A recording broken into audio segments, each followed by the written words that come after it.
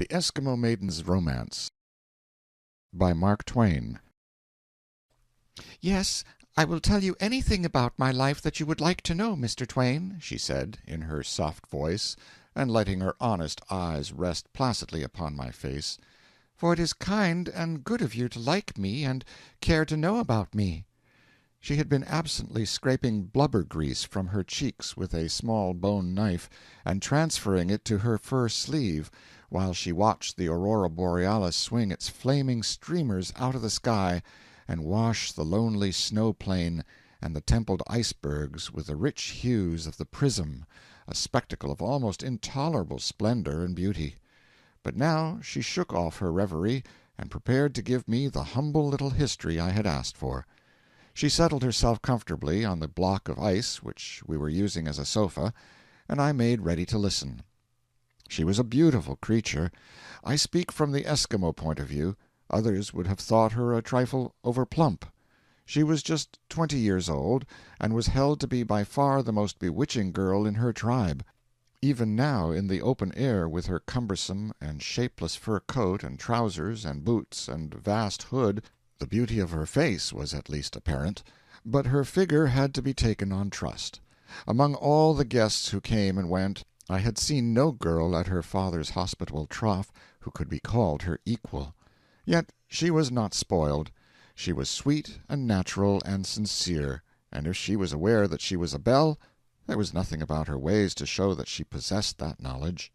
She had been my daily comrade for a week now, and the better I knew her the better I liked her. She had been tenderly and carefully brought up, in an atmosphere of singularly rare refinement for the polar regions, for her father was the most important man of his tribe, and ranked at the top of Esquimaux civilization. I made long dog-sledge trips across the mighty ice-floes with Laska, that was her name, and found her company always pleasant and her conversation agreeable. I went fishing with her, but not in her perilous boat. I merely followed along on the ice and watched her strike her game with her fatally accurate spear. We went sealing together. Several times I stood by while she and the family dug blubber from a stranded whale, and once I went part of the way when she was hunting a bear, but turned back before the finish, because at bottom I am afraid of bears. However, she was ready to begin her story now, and this is what she said. "Our tribe had always been used to wander about from place to place over the frozen seas, like the other tribes. But my father got tired of that 2 years ago, and built this great mansion of frozen snow-blocks. Look at it. It is 7 feet high, and 3 or 4 times as long as any of the others, and here we have stayed ever since. He was very proud of his house, and that was reasonable, for if you have examined it with care you must have noticed how much finer and completer it is than houses usually are. If you have not, you must, for you will find it has luxurious appointments that are quite beyond the common. For instance, in that end of it which you have called the parlor, the raised platform for the accommodation of guests and the family at meals is the largest you have ever seen in any house, is it not so?" "Yes, you are quite right, Laska. It is the largest. We have nothing resembling it in even the finest houses in the United States." This admission made her eyes sparkle with pride and pleasure. I noted that, and took my cue. "I thought it must have surprised you," she said. "And another thing, it is bedded far deeper in furs than is usual. All kinds of furs: seal, sea-otter, silver-gray fox, bear, marten, sable, every kind of fur in profusion, and the same with the ice-block sleeping-benches along the walls which you call beds. Are your platforms and sleeping-benches better provided at home?" "Indeed they are not, Laska. They do not begin to be." That pleased her again. All she was thinking of was the number of furs her aesthetic father took the trouble to keep on hand, not their value. I could have told her that those masses of rich furs constituted wealth, or would in my country, but she would not have understood that. Those were not the kind of things that ranked as riches with her people. I could have told her that the clothes she had on, or the everyday clothes of the commonest person about her, were worth $1,200 or $1,500, and that I was not acquainted with anybody at home who wore $1,200 toilets to go fishing in, but she would not have understood it, so I said nothing, and she resumed. And then the slop-tubs. We have 2 in the parlor, and 2 in the rest of the house. It is very seldom that one has 2 in the parlor. Have you 2 in the parlor at home?" The memory of those tubs made me gasp, but I recovered myself before she noticed, and said with effusion, "Why, Lasca, it is a shame of me to expose my country, and you must not let it go further, for I am speaking to you in confidence. But I give you my word of honor that not even the richest man in the city of New York has 2 slop-tubs in his drawing-room." She clapped her fur-clad hands in innocent delight, and exclaimed, "Oh, but you cannot mean it! You cannot mean it!" "Indeed I am in earnest, dear. There is Vanderbilt. Vanderbilt is almost the richest man in the whole world. Now, if I were on my dying bed I could say to you that not even he has 2 in his drawing-room. Why, he hasn't even 1. I wish I may die in my tracks if it isn't true." Her lovely eyes stood wide with amazement, and she said, slowly, and with a sort of awe in her voice, "How strange! How incredible! One is not able to realize it. Is he penurious?" "No, it isn't that. It isn't the expense he minds, but, well, you know, it would look like showing off. Yes, that is it. That is the idea. He is a plain man in his way, and shrinks from display." "Why, that humility is right enough," said Lasca, "if one does not carry it too far. But what does the place look like?" "Well, necessarily it looks pretty barren and unfinished, but—" "I should think so. I never heard anything like it. Is it a fine house? That is, otherwise?" "Pretty fine, yes. It is very well thought of." The girl was silent a while, and sat dreamily gnawing a candle end, apparently trying to think the thing out. At last she gave her head a little toss, and spoke out her opinion with decision. "Well, to my mind there's a breed of humility which is itself a species of showing off when you get down to the marrow of it, and when a man is able to afford 2 slop-tubs in his parlor and doesn't do it, it may be that he is truly humble-minded, but it's 100 times more likely that he is just trying to strike the public eye. In my judgment, your Mr. Vanderbilt knows what he is about." I tried to modify this verdict, feeling that a double slop-tub standard was not a fair one to try everybody by, although a sound enough one in its own habitat, but the girl's head was set, and she was not to be persuaded. Presently she said, "Do the rich people with you have as good sleeping-benches as ours, and made out of as nice broad ice-blocks?" "Well, they are pretty good enough, but they are not made of ice-blocks." "I want to know. Why aren't they made of ice-blocks?" I explained the difficulties in the way, and the expensiveness of ice in a country where you have to keep a sharp eye on your iceman, or your ice bill will weigh more than your ice. Then she cried out, "Dear me! Do you buy your ice?" "We most surely do, dear." She burst into a gale of guileless laughter, and said, "I never heard of anything so silly. My, there's plenty of it. It isn't worth anything. Why, there is 100 miles of it in sight right now. I wouldn't give a fish-bladder for the whole of it." "Well, it's because you don't know how to value it, you little provincial muggings. If you had it in New York in midsummer, you could buy all the whales in the market with it." She looked at me doubtfully, and said, "Are you speaking true?" "Absolutely. I take my oath to it." This made her thoughtful. Presently she said, with a little sigh, "I wish I could live there." I had merely meant to furnish her a standard of values which she could understand, but my purpose had miscarried. I had only given her the impression that whales were cheap and plenty in New York, and set her mouth to watering for them. It seemed best to try to mitigate the evil which I had done, so I said, "But you wouldn't care for whale meat if you lived there. Nobody does." "What?" "Indeed they don't." "Why don't they?" "Well, I hardly know. It's prejudice, I think. Yes, that is it. Just prejudice. I reckon somebody that hadn't anything better to do started a prejudice against it, some time or other, and once you get a caprice like that fairly going, you know it will last no end of time." "That is true, perfectly true," said the girl, reflectively. "Like our prejudice against soap, here. Our tribes had a prejudice against soap at first, you know." I glanced at her to see if she was in earnest. Evidently she was. I hesitated, then said cautiously, "But, pardon me, They had a prejudice against soap?" "Had," with falling inflection. "Yes, but that was only at first. Nobody would eat it." "Oh, I understand. I didn't get your idea before." She resumed. "It was just a prejudice. The first time soap came here from the foreigners nobody liked it, but as soon as it got to be fashionable everybody liked it, and now everybody has it that can afford it. Are you fond of it?" "Yes, indeed. I should die if I couldn't have it, especially here. Do you like it?" "I just adore it. Do you like candles?" "I regard them as an absolute necessity. Are you fond of them?" Her eyes fairly danced, and she exclaimed, "Oh, don't mention it! Candles and soap!" "And fish interiors, and train oil, and slush, and whale blubber, and carrion, and sauerkraut, and beeswax, and tar, and turpentine, and molasses, and—" "Don't! Oh, don't! I shall expire with ecstasy."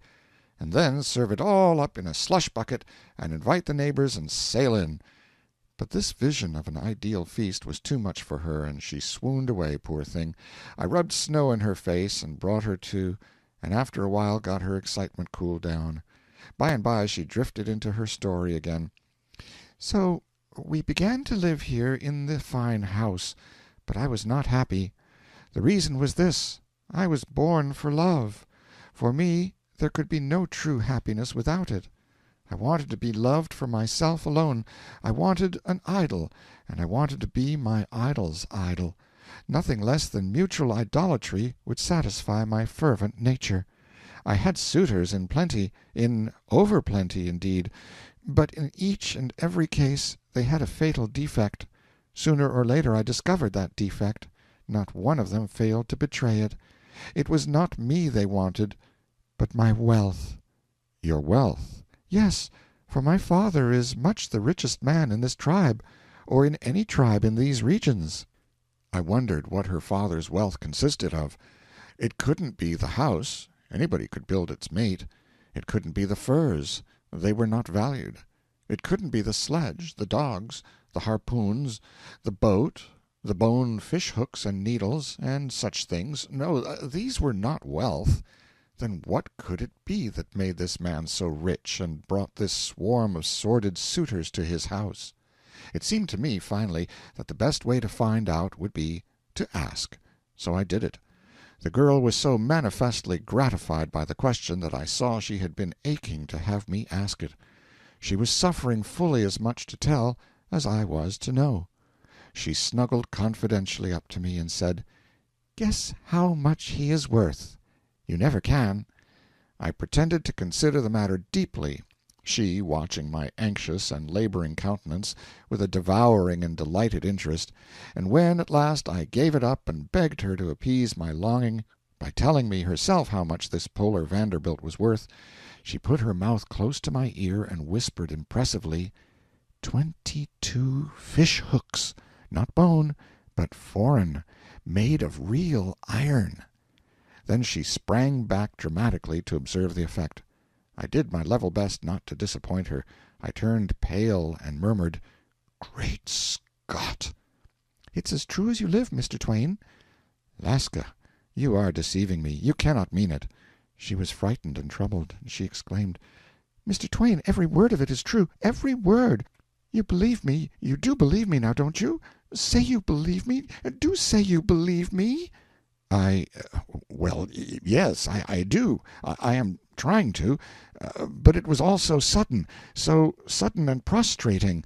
You shouldn't do such a thing in that sudden way. Oh, I'm so sorry. If I had only thought—" "Well, it's all right, and I don't blame you any more, for you are young and thoughtless, and of course you couldn't foresee what an effect—" "But, oh dear, I ought certainly to have known better. Why—" "You see, Lasca, if you had said 5 or 6 hooks to start with, and then gradually—" "Oh, I see, I see. Then gradually added 1, and then 2, and then— why couldn't I have thought of that?" "Never mind, child, it's all right. I am better now. I shall be over it in a little while. But to spring the whole 22 on a person unprepared and not very strong anyway. Oh, it was a crime. But you forgive me. Say you forgive me. Do." After harvesting a good deal of very pleasant coaxing and petting and persuading, I forgave her, and she was happy again, and by she got under way with her narrative once more. I presently discovered that the family treasury contained still another feature, a jewel of some sort, apparently, and that she was trying to get around speaking squarely about it, lest I get paralyzed again. But I wanted to know about that thing, too, and urged her to tell me what it was. She was afraid, but I insisted, and said I would brace myself this time and be prepared, then the shock would not hurt me. She was full of misgivings, but the temptation to reveal that marvel to me and enjoy my astonishment and admiration was too strong for her, and she confessed that she had it on her person, and said that if I was sure I was prepared, and so on and so on, and with that she reached into her bosom and brought out a battered square of brass, watching my eye anxiously the while. I fell over against her in a quite well-acted faint, which delighted her heart and nearly frightened it out of her, too, at the same time. When I came to and got calm, she was eager to know what I thought of her jewel. "What do I think of it? I think it is the most exquisite thing I ever saw." "Do you really? How nice of you to say that. But it is a love, now, isn't it?" "Well, I should say so. I'd rather own it than the equator." "I thought you would admire it," she said. "I think it is so lovely, and there isn't another one in all these latitudes. People have come all the way from the open polar sea to look at it. Did you ever see one before?" I said no, this was the first one I had ever seen. It cost me a pang to tell that generous lie, for I had seen a million of them in my time, this humble jewel of hers being nothing but a battered old New York Central baggage check. "Land," said I, "you don't go about with it on your person this way alone, and with no protection, not even a dog?" "Sh! Not so loud," she said. "Nobody knows I carry it with me. They think it is in papa's treasury. That is where it generally is." "Where is the treasury?" It was a blunt question, and for a moment she looked startled and a little suspicious. But I said, "Oh, come, don't you be afraid about me. At home we have 70 millions of people, and although I say it myself that shouldn't, there is not one person among them all but would trust me with untold fish-hooks." This reassured her, and she told me where the hooks were hidden in the house. Then she wandered from her course to brag a little about the size of the sheets of transparent ice that formed the windows of the mansion, and asked me if I had ever seen their like at home, and I came right out frankly and confessed that I hadn't, which pleased her more than she could find words to dress her gratification in. It was so easy to please her, and such a pleasure to do it, that I went on and said, "Ah, Lasca, you are a fortune girl. This beautiful house, this dainty jewel, that rich treasure, all this elegant snow and sumptuous icebergs and limitless sterility, and public bears and walruses and noble freedom and largeness, and everybody's admiring eyes upon you, and everybody's homage and respect at your command without the asking, young, rich, beautiful, sought, courted, envied, not a requirement unsatisfied, not a desire ungratified, nothing to wish for that you cannot have, it is immeasurable good fortune. I have seen myriads of girls, but none of whom these extraordinary things could be truthfully said but you alone. And you are worthy of it all, Lasca. I believe it in my heart." It made her infinitely proud and happy to hear me say this, and she thanked me over and over again for that closing remark. And her voice and eyes showed that she was touched. Presently she said, "Still, it is not all sunshine. There is a cloudy side. The burden of wealth is a heavy one to bear. Sometimes I have doubted if it were not better to be poor, at least not inordinately rich. It pains me to see neighboring tribesmen stare as they pass by, and overhear them say reverently, one to another, 'There, that is she, the millionaire's daughter.' And sometimes they say sorrowfully, 'She is rolling in fish-hooks, and I have nothing.' It breaks my heart. When I was a child, and we were poor, We slept with the door open if we chose. But now we have to have a night watchman. In those days my father was gentle and courteous to all, but now he is austere and haughty and cannot abide familiarity. Once his family were his sole thought, but now he goes about thinking of his fish-hooks all the time, and his wealth makes everybody cringing and obsequious to him. Formerly nobody laughed at his jokes, they being always stale and far-fetched and poor, and destitute of the one element that can really justify a joke, the element of humor. But now everybody laughs and cackles at these dismal things, and if any fails to do it, my father is deeply displeased, and shows it. Formerly his opinion was not sought upon any matter, and was not valuable when he volunteered it. It has that infirmity yet, but, nevertheless, it is sought by all and applauded by all, and he helps do the applauding himself, having no true delicacy and a plentiful want of tact. He has lowered the tone of all our tribe. Once they were a frank and manly race, now they are measly hypocrites, and sodden with servility. In my heart of hearts I hate all the ways of millionaires. Our tribe was once plain, simple folk, and content with the bone-fish hooks of their fathers. Now they are eaten up with avarice, and would sacrifice every sentiment of honor and honesty to possess themselves of the debasing iron fish-hooks of the foreigner. However, I must not dwell on these sad things. As I have said, it was my dream to be loved for myself alone. At last this dream seemed about to be fulfilled. A stranger came by one day, who said his name was Kalula. I told him my name, and he said he loved me. My heart gave a great bound of gratitude and pleasure, for I had loved him at sight, and now I said so. He took me to his breast, and said he would not wish to be happier than he was now. We went strolling together far over the ice-floes, telling all about each other, and planning, oh, the loveliest future. When we were tired at last we sat down and ate, for he had soap and candles, and I had brought along some blubber. We were hungry, and nothing was ever so good. He belonged to a tribe whose haunts were far to the north, and I found that he had never heard of my father, which rejoiced me exceedingly. I mean, he had heard of the millionaire, but had never heard his name, so you see he could not know that I was the heiress. You may be sure that I did not tell him. I was loved for myself at last, and was satisfied. I was so happy, oh, happier than you can think. By and by it was toward supper-time, and I led him home. As we approached our house he was amazed, and cried out, "How splendid! Is that your father's?" It gave me a pang to hear that tone and see that admiring light in his eye, but the feeling quickly passed away, for I loved him so, and he looked so handsome and noble. All my family of aunts and uncles and cousins were pleased with him, and many guests were called in, and the house was shut up tight, and the rag lamps lighted, and when everything was hot and comfortable and suffocating, we began a joyous feast in celebration of my betrothal. When the feast was over, my father's vanity overcame him, and he could not resist the temptation to show off his riches and let Kalula see what grand good fortune he had stumbled into. And mainly, of course, he wanted to enjoy the poor man's amazement. I could have cried, but it would have done no good to try to dissuade my father, so I said nothing, but merely sat there and suffered. My father went straight to the hiding-place in full sight of everybody, and got out the fish-hooks, and brought them and flung them scatteringly over my head, so that they fell in glittering confusion on the platform at my lover's knee. Of course the astounding spectacle took the poor lad's breath away. He could only stare in stupid astonishment, and wonder how a single individual could possess such incredible riches.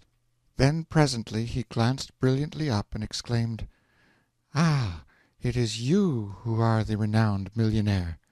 My father and all the rest burst into shouts of happy laughter, and when my father gathered the treasure carelessly up as if it might be mere rubbish and of no consequence, and carried it back to its place, poor Kalula's surprise was a study. He said, "Is it possible that you put such things away without counting them?"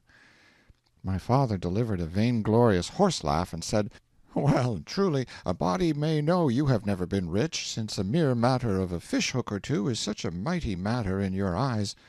Kalula was confused, and hung his head, and said, "Ah, indeed, sir, I was never worth the value of the barb of one of those precious things, and I have never seen any man before who was so rich in them as to render the counting of his hoard worth while, since the wealthiest man I have ever known, till now, was possessed of but 3. My foolish father roared again with jejune delight, and allowed the impression to remain that he was not accustomed to count his hooks and keep sharp watch over them. He was showing off, you see. Count them? Why, he counted them every day. I had met and got acquainted with my darling just at dawn. I had brought him home just at dark, 3 hours afterwards, for the days were shortening toward the 6 months' night at that time. We kept up the festivities many hours. Then, at last, the guests departed, and the rest of us distributed ourselves along the walls on sleeping benches, and soon all were steeped in dreams but me. I was too happy, too excited to sleep.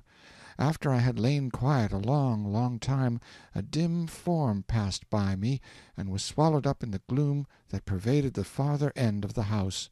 I could not make out who it was, or whether it was man or woman. Presently that figure, or another one, passed me going the other way. I wondered what it all meant, but wondering did no good, and while I was still wondering, I fell asleep. I do not know how long I slept, but at last I came suddenly broad awake, and heard my father say in a terrible voice, "By the great snow god, there's a fish-hook gone!" Something told me that that meant sorrow for me, and the blood in my veins turned cold. The presentiment was confirmed in the same instant. My father shouted, "Up, everybody, and seize the stranger!" Then there was an outburst of cries and curses from all sides, and a wild rush of dim forms through the obscurity. I flew to my beloved's help, but what could I do but wait and wring my hands? He was already fenced away from me by a living wall. He was being bound hand and foot. Not until he was secured would they let me get to him.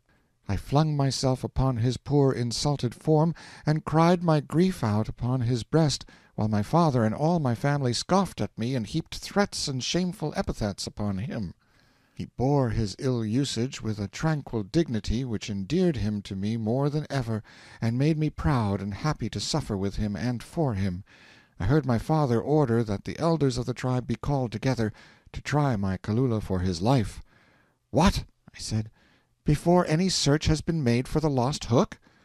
"Lost hook!" they all shouted, in derision, and my father added mockingly, "Stand back, everybody, and be properly serious. She is going to hunt up that lost hook. Oh, without doubt she will find it." Whereat they all laughed again. I was not disturbed. I had no fears, no doubts. I said, "It is for you to laugh now. It is your turn, but ours is coming. Wait and see." I got a rag lamp. I thought I should find that miserable thing in one little moment, and I set about that matter with such confidence that those people grew grace, beginning to suspect that perhaps they had been too hasty. But alas and alas, oh, the bitterness of that search! There was deep silence while one might count his fingers 10 or 12 times. Then my heart began to sink, and around me the mockings began again, and grew steadily louder and more assured, until at last, when I gave up, they burst into volley after volley of cruel laughter. None will ever know what I suffered then, but my love was my support and my strength, and I took my rightful place at my Kalula's side, and put my arm about his neck and whispered in his ear, saying, "You are innocent, my own, that I know, but say it to me yourself for my comfort, then I can bear whatever is in store for us." He answered, "As surely as I stand upon the brink of death at this moment, I am innocent. Be comforted, then, O bruised heart, be at peace, O thou breath of my nostrils, life of my life. Now, then, let the elders come." And as I said the words, there was a gathering sound of crunching snow outside, and then a vision of stooping forms filling in at the door, the elders. My father formally accused the prisoner, and detailed the happenings of the night.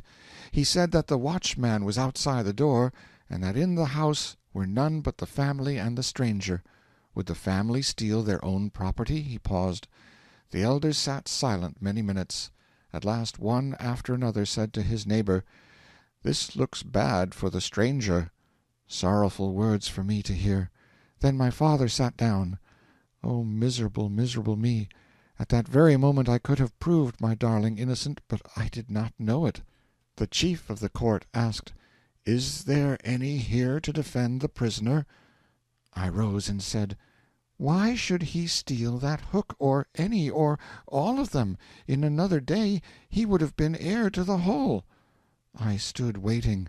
There was a long silence, the steam from the many breaths rising about me like a fog. At last one elder after another nodded his head slowly several times and muttered, "There is force in what the child has said." Oh, the heart lift that was in those words! So transient, but oh so precious! I sat down. "If any would say further, let him speak now, or after hold his peace," said the chief of the court. My father rose and said, "In the night a form passed by me in the gloom, going toward the treasury, and presently returned. I think now it was the stranger. Oh, I was like to swoon. I had supposed that that was my secret. Not the grip of the great ice god himself could have dragged it out of my heart. The chief of the court said sternly to my poor Kalula, 'Speak.' Kalula hesitated, then answered, 'It was I. I could not sleep for thinking of the beautiful hooks. I went there and kissed them and fondled them, to appease my spirit and drown it in a harmless joy. Then I put them back. I may have dropped one, but I stole none.' Oh, a fatal admission to make in such a place! There was an awful hush. I knew he had pronounced his own doom, and that all was over. On every face you could see the words hieroglyphed, 'It is a confession,' and paltry, lame, and thin. I sat drawing in my breath in faint gasps, and waiting. Presently I heard the solemn words I knew were coming, and each word as it came was a knife in my heart. 'It is the command of the court that the accused be subjected to the trial by water.' Oh, curses be upon the head of him who brought trial by water to our land! It came, generations ago, from some far country that lies none knows where. Before that, our fathers used augury and other unsure methods of trial, and doubtless some poor guilty creatures escaped with their lives sometimes. But it is not so with trial by water, which is an invention by wiser men than we poor ignorant savages are.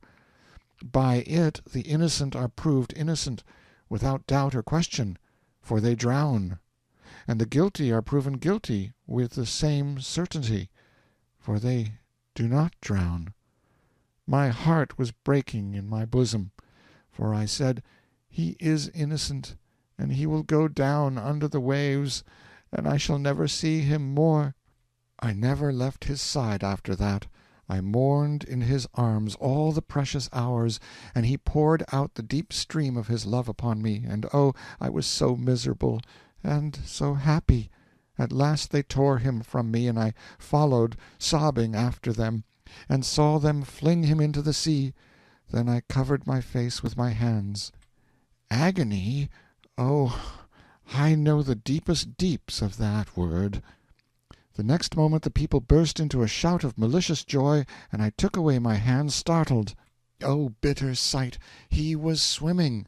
My heart turned instantly to stone, to ice. I said, 'He was guilty, and he lied to me.' I turned my back in scorn and went my way homeward. They took him far out to sea, and set him on an iceberg that was drifting southward in the great waters. Then my family came home, and my father said to me, 'Your thief sent his dying message to you, saying, "Tell her I am innocent, and that all the days and all the hours and all the minutes while I starve and perish I shall love her and think of her and bless the day that gave me sight of her sweet face." Quite pretty, even poetical. I said, "He is dirt. Let me never hear mention of him again." And oh, to think he was innocent all the time. 9 months, 9 dull, sad months went by, and at last came the day of the great annual sacrifice, when all the maidens of the tribe wash their faces and comb their hair. With the first sweep of my comb, out came the fatal fish-hook from where it had been all those months nestling, and I fell fainting into the arms of my remorseful father. Groaning, he said, "We murdered him, and I shall never smile again.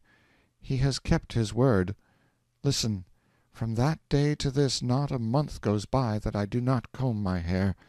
But, oh, where is the good of it all now?" So ended the poor maid's humble little tale, whereby we learn that since $100,000,000 in New York and 22 fish-hooks on the border of the Arctic Circle represent the same financial supremacy, a man in straitened circumstances is a fool to stay in New York when he can buy 10 cents worth of fish-hooks and emigrate. End of section 6. The Esquimaux Maiden's Romance.